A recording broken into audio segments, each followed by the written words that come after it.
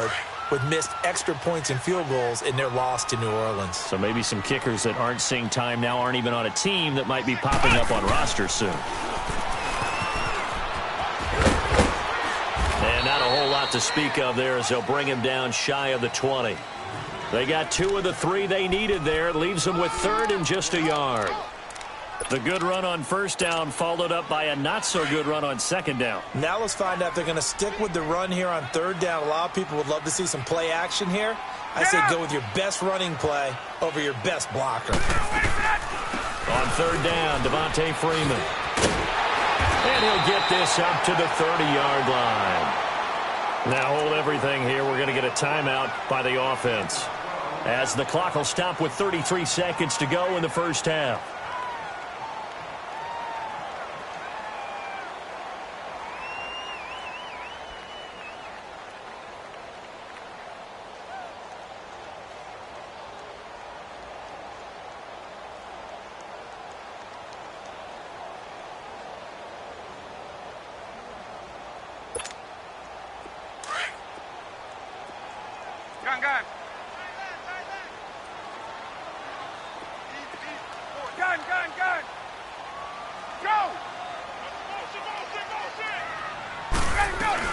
They go play action here on 1st down. Connects with Sanu right side. And he'll be brought down right around the 37. 7 yards the pickup on the pitch and catch. Clock running, and the Falcons moving with a sense of urgency. On 2nd down, Freeman. And he'll be brought down right at the 45-yard line. Now a timeout taken. Perhaps a chance for one more quick play and then another timeout if they hurry. We'll see. Gun. Gun.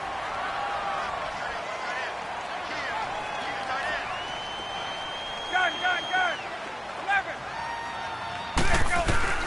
On 1st down, Ryan dancing to his left. Now he'll let it go deep down the left sideline. Oh, so close to an interception. Read that beautifully. Got his hands on it, couldn't get it. And it's 2nd down. After the incomplete pass, here now is 2nd and 10. Hey, Tuesday. And now a 10th carry for Freeman. And he's going to take this one across midfield and into Ram territory. An abbreviated halftime show as we get rolling to quarter 3.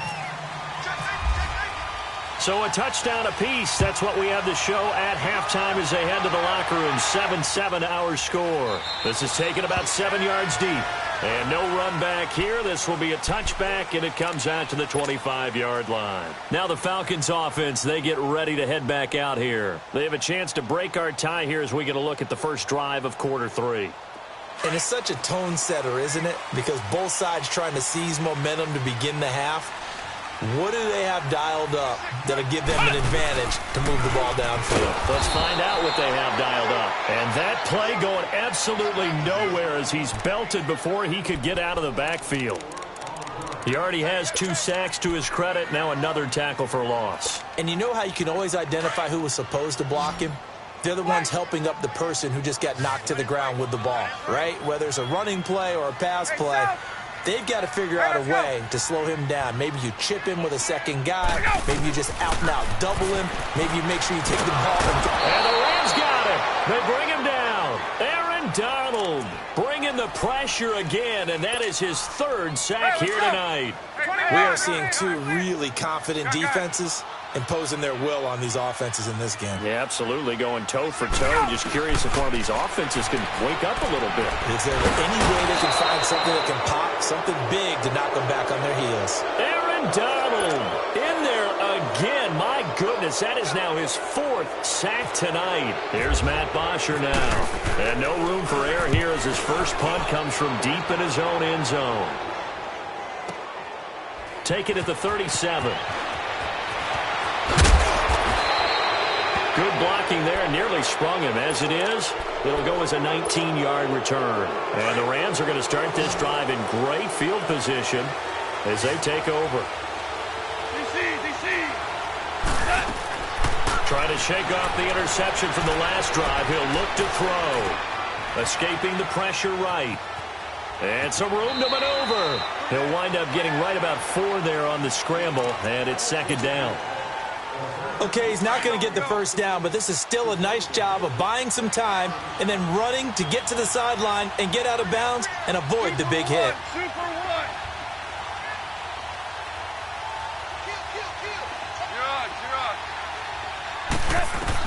Here's Goff now on second down. Flushed out right. It's just a gain of a couple there on the scramble, and now it's third down. The Rams on third down. They've hit 2 for 4 thus far. This is 3rd and 4.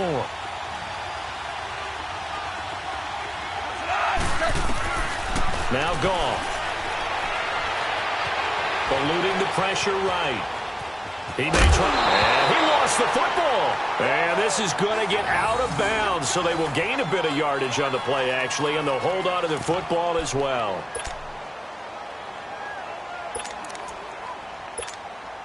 Would have been a decently long field goal, 51 yards from here, but instead they're going to go for it.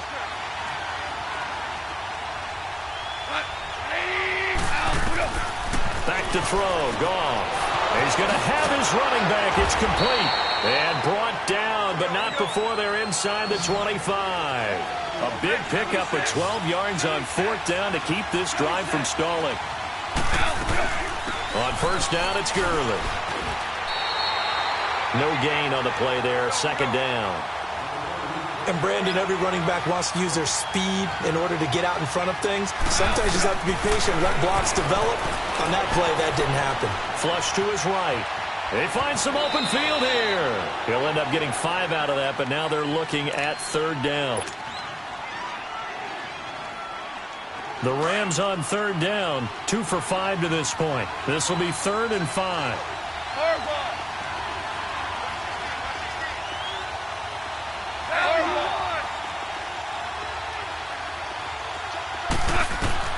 A shotgun snap for Goff.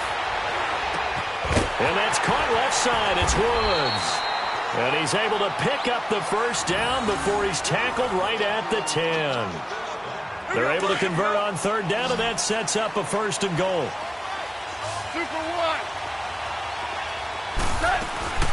On 1st and goal, Gurley.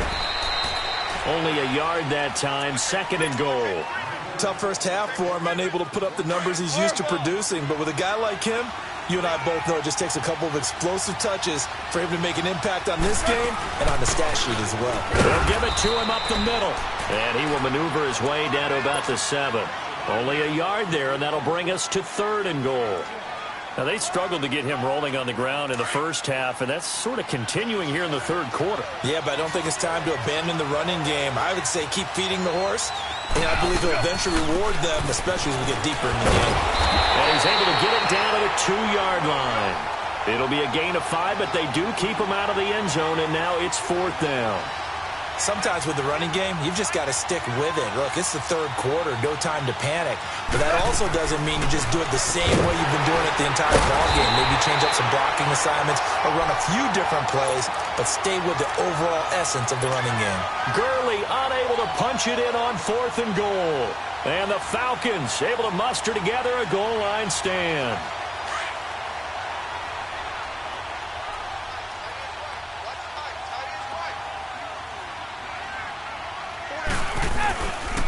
They'll try to get the ground game going with Freeman.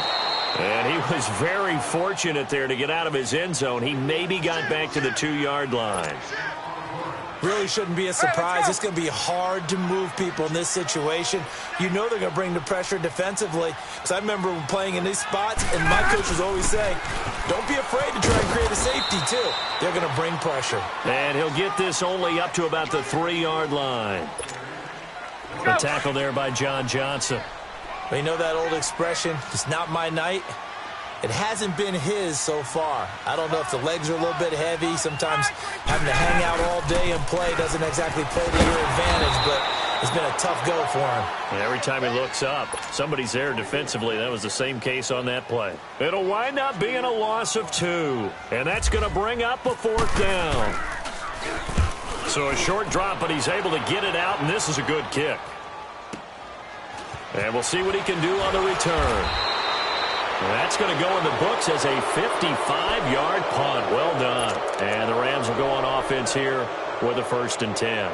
The Rams offense now making their way out to take over. And last time, they had it 4th and goal, rolled the dice, didn't get it. Now they've got to put that behind them, try to put together another drive. A simple tip of the cap, a nod of the head to the defense. Congratulations, you got us last time. But you didn't hold us the whole time. We got down to position where we were able to be in position to score. Let's go ahead and attack again. Continue to have that kind of confidence.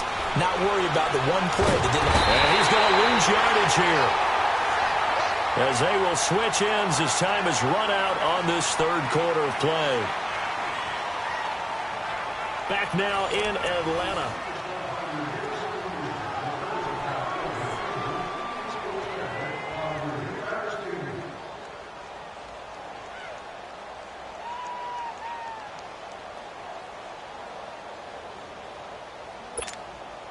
So after the sack, a scenario you certainly don't work on too often. 2nd and 24.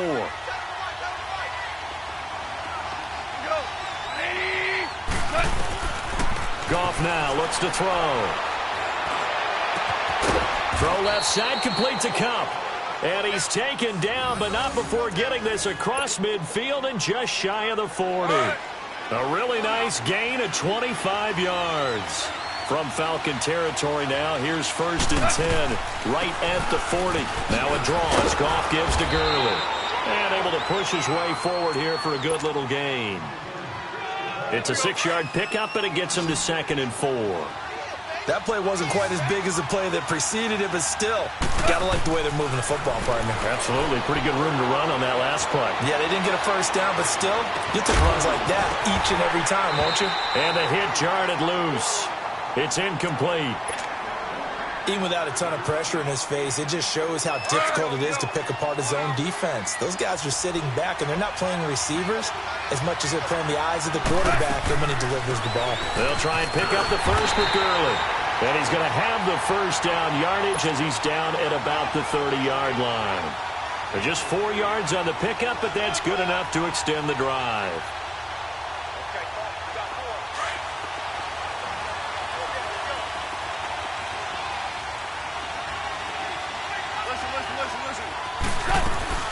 Gurley again here on 1st down. And he'll fall forward to the 29-yard line. Just a yard on the pickup there, and it'll bring up a 2nd and 9. Here's Goff. And the trend continues here in the 4th like it was in the 1st, 2nd, and 3rd. He's had nowhere to run. And you're probably thinking to yourself, why do they keep feeding him the football? Well, they trust him first and foremost. They do believe that over time he might actually pop one of these runs. But bottom line is, he takes care of the ball well for them, so they'll keep handing it to him. From the gun on 3rd down, Goff. And that is incomplete. Solid coverage on the play by Devondre Campbell. Certainly looked like they were getting ready to convert there on 3rd down, but what an effort to get his hand on that one, knock it away, and brings up a 4th down decision.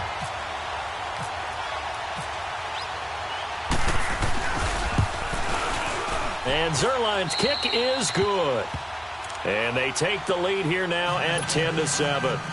So the drive here ends with a field goal. It does give them the lead, but this one's still certainly a long ways from over. It definitely puts a lot of pressure on your defense to hold the lead, right? They're happy to have it and happy to be out there trying to do so. But I know as a former player, in the back of their mind, they're thinking, why don't you score the touchdown and seal this thing? And here now come the Falcons. And a tight game after punting last time. See if they can get something going on this drive.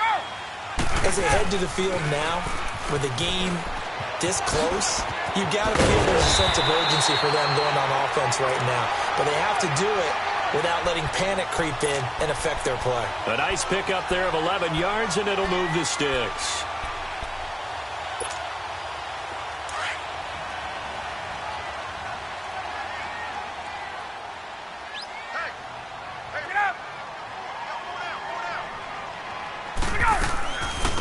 The former Indiana Hoosier here, Tevin Coleman, and able to get this one across the 45 before he's brought down. It's a gain of 11 yards that time, and it produces a new set of downs. Let's go.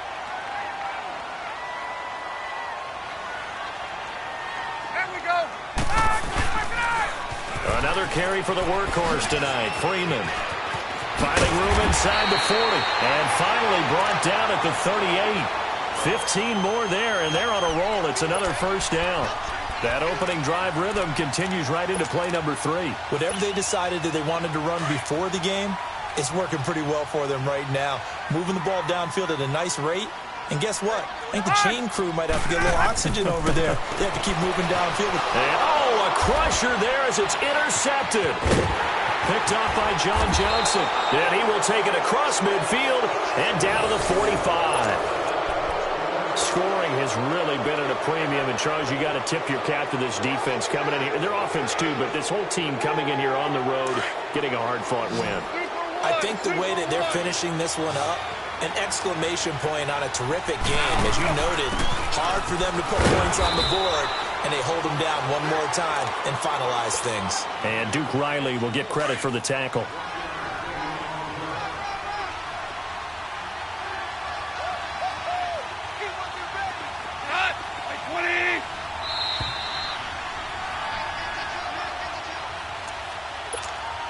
Time for a break. We're back to see what happens after this.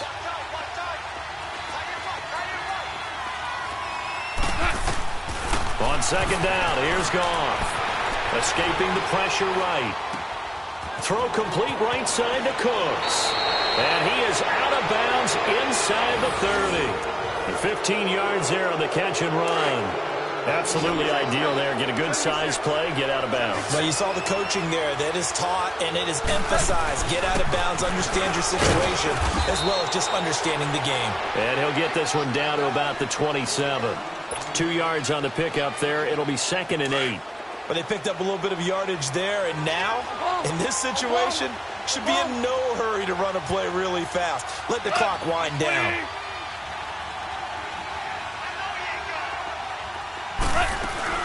Yet another carry here tonight for Gurley. And nothing doing. He's immediately taken down at the line of scrimmage. And now a timeout defensively by the Falcons, as they'll talk it over here before what will be an important third down. Goff. Flushed out right. And that's complete to Cooks. Just a 5-yard pickup, and it leads to 4th down. One thing you're hoping for when you run drag routes, you're able to hit a receiver in stride, and he can pick up a lot of yardage after the catch. But in this situation, the defense was effective, able to stop him before he could get a good head of steam going. And here's a big one now. Trying to hold this lead. They're going to go for it here on 4th down. Now Goff. Now he'll dump it underneath to his running back, complete. And brought down, but not before they get it inside the 10 to the 7. That one a backbreaker as they wind up converting there on 4th.